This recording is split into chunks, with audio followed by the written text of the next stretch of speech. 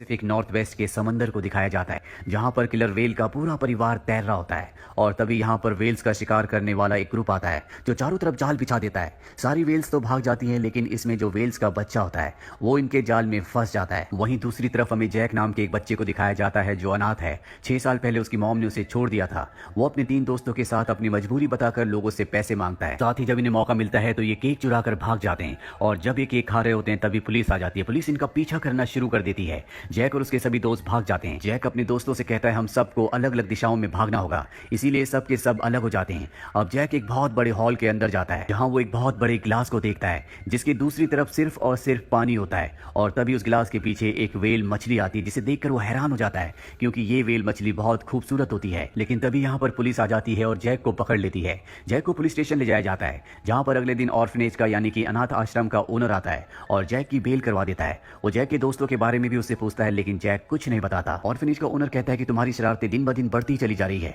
एक फैमिली तुम्हें अडॉप्ट करना चाहती है। और अगले दिन यहाँ पर एक कपल आता है, इसमें हस्बैंड का नाम ग्लेन और वाइफ का नाम एनी होता है। ये दोनों जैक को अपने साथ अपने घर ले जाते हैं जहाँ आने के बाद ये जैक के लिए बहुत ही टेस्टी फूड बनाते हैं। जैक उस फूड को बहुत इंजॉय करता है, लेकिन जैक को इस घर में अच्छा नहीं लग रहा होता। बार बार उसके दिमाग में वेल का ख्याल आ रहा होता है। अगली सुबह दिखाया जाता है जहाँ पर जैक के नए पिता यानी कि ग्लेन उसे कहते हैं कि तुम्हें एक बार फिर से उसी जगह जाना होगा जहाँ पर तुम्हें पुलिस ने पकड़ा था। वहां पर तुमने जानबूझकर दीवारें स्प्रे से गंदी की थी। वहां काम करने वाले एक आदमी जिसका नाम रैंडल है वो मेरा दोस्त है, तुम्हें वहां जाकर उससे माफी मांगनी होगी। और अब जैक साइकिल लेकर वहां पर पहुंच जाता है और जब वो अंदर जाता है तो उसकी मुलाकात रैंडल से होती है। रैंडल उसे उस जगह ले जाता है जहां पर उसने स्प्रे से दीवारों को गंदा किया था। अब यहाँ पर जैक को इन दीवारों को साफ करना है। वो सारी दीवारें साफ कर देता है और इसके बाद वो उस गिलास के पास पहुंचता है जिसके पीछे उसने वेल मछली को देखा था। यहाँ पर जब वो सफाई कर रहा होता है तो एक बार फिर से उसे वही वेल मछली दिखती है जिसे देखकर वो पूरी तरह से हैरान होता है। वो भागता हुआ ऊपर जाता है जहां पर पूल है जिसके अंदर इस मछली को रखा गया है और तभी वेल मछली जंप करती है। रैंडल भी यहाँ पर आ जाता है और उसे बताता है कि ये एक किलर वेल है, इससे दूर रहो नहीं तो ये तुम्हें कच्चा चबा जाएगी। रैंडल बताता है कि इस वेल मछली का नाम विली है। अब यहाँ पर जैक देखता है कि एक लड़की है जो कि यहाँ की ट्रेनर है और वो पानी के जीवों को ट्रेन करती है। अब जब जैक घर जाता है तो उसके पिता ग्लेन उसके साथ बेसबॉल खेलने को उसे कहते हैं, लेकिन वो साफ साफ मना कर देता है। दरअसल ग्लेन एक अच्छे इंसान है और वो जैक को भी वैसे ही बनाना चाहते हैं, लेकिन जैक उनकी बात नहीं सुनता और ना ही उनके साथ खेलता है।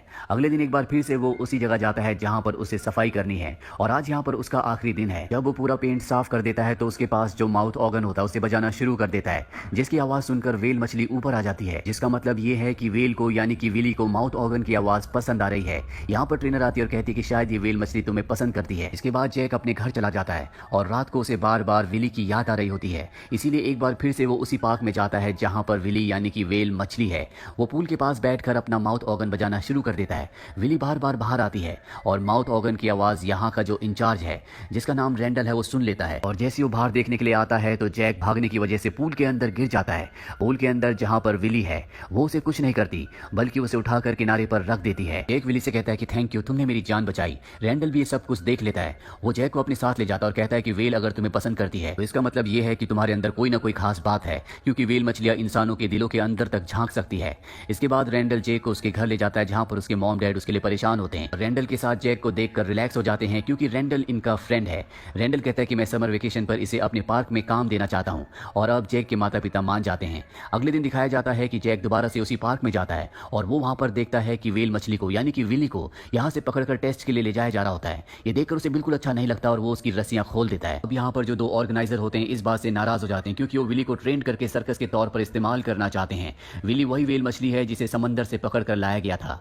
वहीं हमें जेक को दिखाया जाता है जो विली के पास कुछ मछलियां लेकर जाता है ताकि उसे खिला सके, लेकिन विली जेक के हाथों से मछलियां खाना चाहती है। लेकिन विली को डर लग रहा होता है क्योंकि आज से पहले उसने कभी भी उसे टच नहीं किया। वो विली से कहता है कि मुझसे वादा करो कि तुम मुझे काटोगी नहीं, और विली हाँ में सर हिलाती है, जिसके बाद वो न सिर्फ उसे मछलियां खिलाता है बल्कि पहली बार उसे टच भी करता है। और जब जेक यहाँ से जा रहा होता है तो विली उसके पीछे पीछे जाना शुरू कर देती है। इसके बाद जेक घूमना शुरू कर देता है और उसे देखकर विली भी पानी में घूमना शुरू कर देती है। और जब ट्रेनर ये देखती है तो वो पूरी तरह से हैरान हो जाती है। वो जेक से कहती है क्या तुम विली को ट्रेन करने में मेरी मदद करोगे? वो कहता है कि हाँ। और अगले दिन दिखाया जाता है कि जैक को एक पोल के ऊपर चढ़ाया जाता है और उसके हाथ में मछली दी जाती है और विली पानी के ऊपर आकर उस मछली को खा लेती है। जेक की वजह से विली को यहाँ पर अलग अलग चीजें सिखाई जा रही होती है। साथ ही विली जेक को अपनी पीठ पर बैठाकर पूरे पूल का चक्कर भी लगाती है। लेकिन घर पर जेक के अपने माता पिता से रिश्ते बिल्कुल भी अच्छे नहीं होते। वो उनसे कभी अच्छे से बात नहीं करता और जब वो घर जाता है तो देखता है कि उसके नए माता पिता यानी कि ग्लेन और एनी आपस में उसी की वजह से आर्ग्यूमेंट्स कर रहे होते हैं।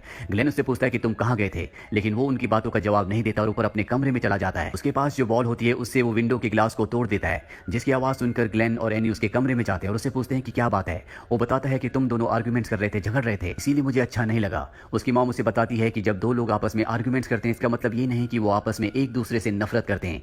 जैक को भी बात समझ में आ जाती है। अगले दिन जैक एक बार फिर से विली के पास जाता है। वहां पर उसका दोस्त भी आता है और वो विली को अलग अलग तरह से करतब दिखाने को कहता है और जैसा जैसा वो कर रहा होता है विली भी वैसे ही कर रही होती है।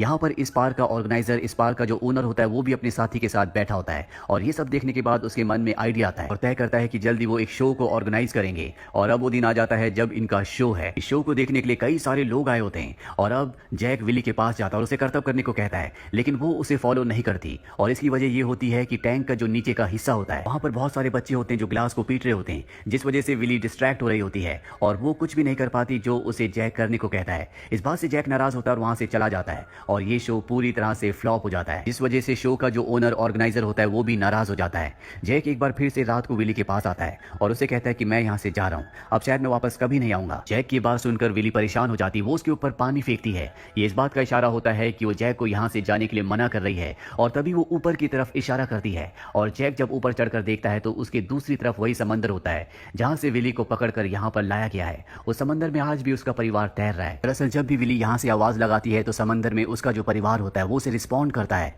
व्हेल मछलियों की खासियत होती है कि वो कई 100 किलोमीटर तक भी एक दूसरे से कम्युनिकेट कर सकती हैं और अब जैक को समझ में आ जाता है कि विली कितनी अकेली है, उसे उसके परिवार के पास होना चाहिए लेकिन वो उसकी मदद नहीं कर सकता।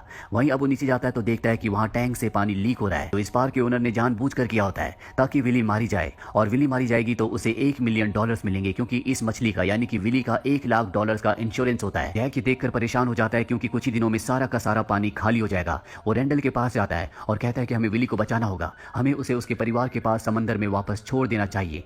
हालांकि शुरू में रेंडल मना कर देता है लेकिन वो भी विली से प्यार करता है, इसीलिए वो उसकी मदद करने के लिए तैयार हो जाता है। लेकिन विली को यहाँ से ले जाने के लिए इन्हें गाड़ी की जरूरत है जो जैक के नए पिता के पास है और वो उसकी गाड़ी को वहां से चुरा कर ले आते हैं। हालांकि जैक के पिता देख लेते हैं और वो पुलिस को कॉल करने की कोशिश भी कर रहे होते हैं लेकिन तभी वहां पर उनकी पत्नी एनी आ जाती है। वो बताती है कि जैक अपने कमरे में नहीं है, मुझे लगता है कि ये जैक का ही काम है। वहीं जैक को, रेंडल को और ट्रेनर को दिखाया जाता है जो व्हेल मछली को क्रेन की मदद से गाड़ी के पीछे रख देते हैं और जंगल के रास्ते अब समंदर की तरफ बढ़ चलते हैं। इस पार्क का जो ओनर होता है उसे पता चल जाता है कि विली पार्क में नहीं है, इसीलिए वो अपने आदमियों से कहता है कि किसी भी कीमत पर उसे वापस लेकर आओ। वहीं जिस गाड़ी के ऊपर विली होती है वो गाड़ी रास्ते में फंस जाती है। ये गाड़ी को निकालने की बहुत कोशिश करते हैं लेकिन निकाल नहीं पाते। ये विली को जिंदा रखने के लिए बार बार उसे गीला कर रहे होते हैं और अब मजबूरी में इन्हें जैक के पिता ग्लेन को बुलाना पड़ता है। वो भी इस जगह पर आ जाता है और बिना कुछ सवाल किए इनकी मदद करना शुरू कर देता है। जल्दी गाड़ी को उस जगह से निकाल लेते हैं और समंदर के किनारे पहुंच जाते हैं, पर इससे पहले कि ये विली को समंदर में छोड़ दे यहाँ पर ओनर के लोग आ जाते हैं। इसके बाद इनके बीच में और ओनर के बीच में लड़ाई होना शुरू हो जाती है। विली को अभी समंदर में छोड़ चुके हैं लेकिन इससे पहले कि वो समंदर की गहराइयों तक पहुंचती अपने परिवार को ढूंढती, उसके सामने 2 बोट आ जाती हैं जो चारों तरफ जाल बिछा देती है। ये सब कुछ जैक देख लेता है और वो विली को अपने पीछे आने को कहता है। विली भी उसके इशारे को समझते हुए उसके पीछे चली जाती है लेकिन अब आगे रास्ता बंद है जो कि पत्थरों से बंद किया गया है और पत्थरों की दूसरी तरफ एक विशाल समंदर होता है और अगर विली को समंदर में जाना है तो उसे एक बहुत लंबी छलांग लगानी होगी लेकिन ये इतना आसान नहीं है क्योंकि पत्थरों की जो दीवार होती है वो बहुत चौड़ी होती है। जैक विली से कहता है कि तुम्हें ऐसा करना होगा, तुम्हें अपने परिवार के पास जाना है। वो उसे मोटिवेट करता है और अब इशारा करते विली एक बहुत ऊंची और लंबी छलांग लगाती है और समंदर के अंदर चली जाती है। विली उसे कहता है कि तुम मुझे कभी मत भूलना और जब तुम अपनी मॉम के पास जाओ तो उन्हें मेरा हाय कहना। विली अब गहरे समंदर में पहुंच चुकी है जो उसका घर है। ये देखकर जैक की आंखों में आंसू आ जाते हैं क्योंकि वो जानता है कि अब वो विली को कभी दोबारा नहीं मिल सकता और वो इस बात से भी खुश होता है कि विली अब अपने परिवार के पास वापस पहुंच जाएगी। अब यहाँ पर उसके माता पिता ग्लेन और एनी भी आते हैं। ग्लेन और एनी को उसकी मदद करने के लिए थैंक्स कहता है और उनके गले लग जाता है। यहाँ पर इनके बीच में जो भी दूरियां होती हैं अब वो पूरी तरह से खत्म हो चुकी है। जैक जिसने विली को अपने दिल से प्यार किया, उसे अपने दिल से अपना दोस्त माना, उसके प्यार और दोस्ती की वजह से उसकी जिंदगी में भी बहुत बदलाव आए। उसे समझ में आया कि अपनों का साथ क्या होता है, अपनों का प्यार क्या होता है। इसीलिए ग्लेन और एनी के प्यार को समझ पाया और इस तरह से वो भी एक परिवार का हिस्सा बन गया। तो ये थी एक फ्रेंडशिप की बहुत ही शानदार कहानी। उम्मीद करते हैं कि ये कहानी आपको पसंद